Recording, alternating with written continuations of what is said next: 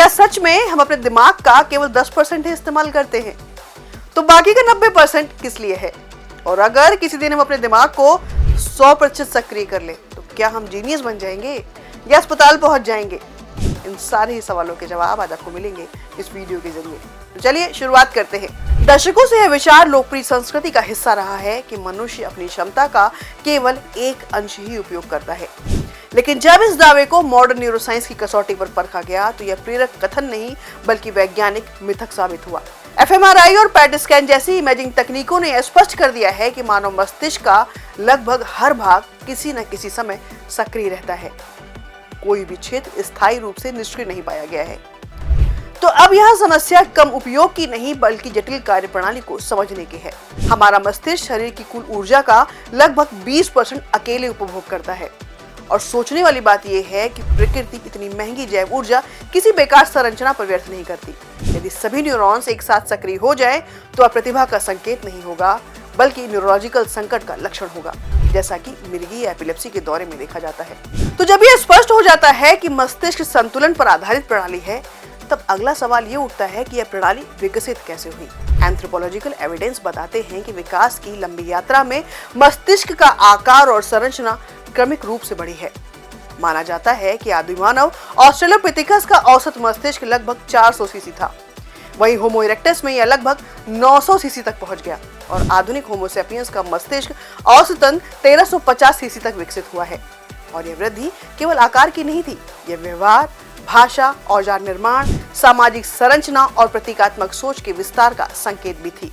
आग और पके भोजन से ऊर्जा उपलब्ध हुई, समूह बड़े हुए, संचार जटिल हुआ और मस्तिष्क ने इन चुनौतियों के अनुरूप स्वयं को ढाल लिया। ब्रिटिश मानवशास्त्री रॉबिन डनभर ने सोशल ब्रेन हाइपोथेसिस में तर्क दिया कि मस्तिष्क का विस्तार मुख्यतः सामाजिक जटिलता को संभालने के लिए हुआ। इसका अर्थ है कि मानव मस्तिष्क व्यक्तिगत अस्तित्व से अधिक सामूहिक जीवन के लिए अनुकूलित है। इसलिए बुद्धि को प्रतिशत में मापना न केवल अधूरा दृष्टिकोण है बल्कि सामाजिक आयाम की अनदेखी भी है। लेकिन संतुलन की प्रणाली यदि असंतुलित हो जाए तो परिणाम गंभीर हो सकते हैं। न्यूरोलॉजी और मनोविज्ञान यह संकेत देते हैं कि अत्यधिक cognitive stress, anxiety disorder, depression और बर्नआउट जैसे विकारों से जुड़ सकता है। तेज मस्तिष्क और स्वस्थ मस्तिष्क समानार्थी नहीं है। संज्ञानात्मक तीव्रता यदि भावनात्मक संतुलन से ना जुड़ी हो तो वह थकावट और अलगाव का कारण बन सकती है। और इतिहास इस जटिलता को और भी स्पष्ट करता है। एल्बर्ट आइंस्टीन, जिनसे आप परिचित हैं, 1921 में फिजिक्स का नोबेल पुरस्कार भी उन्हें मिला था, ने कहा था कि वे बहुत तेज नहीं सोचते बल्कि एक प्रश्न पर अधिक समय तक ठहरते हैं।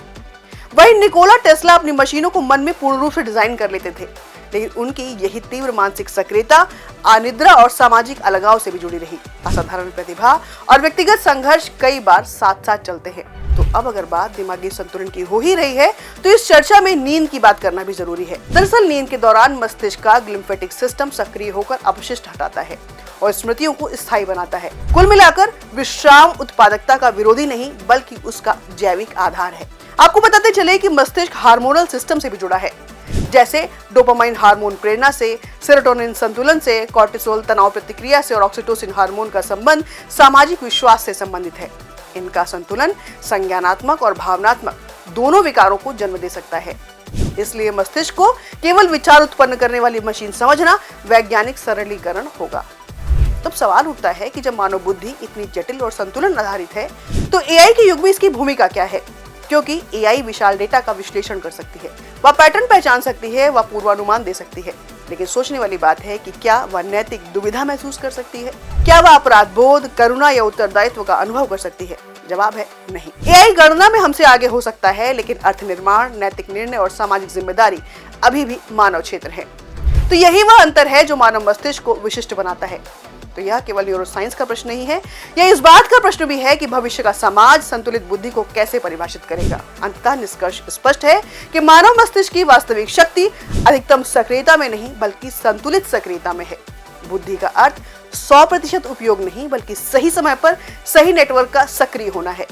भविष्य तकनीकी तीव्रता का हो सकता है, लेकिन स्थायित्व उसी समाज को मिलेगा जो विवेकपूर्ण मानव और नैतिक तकनीक के बीच संतुलन स्थापित कर सके। और संभवतः यही मानव मस्तिष्क की वास्तविक श्रेष्ठता है। आप इस बारे में क्या सोचते हैं? अपने जवाब कमेंट में जरूर दीजिएगा, हमें इंतजार रहेगा।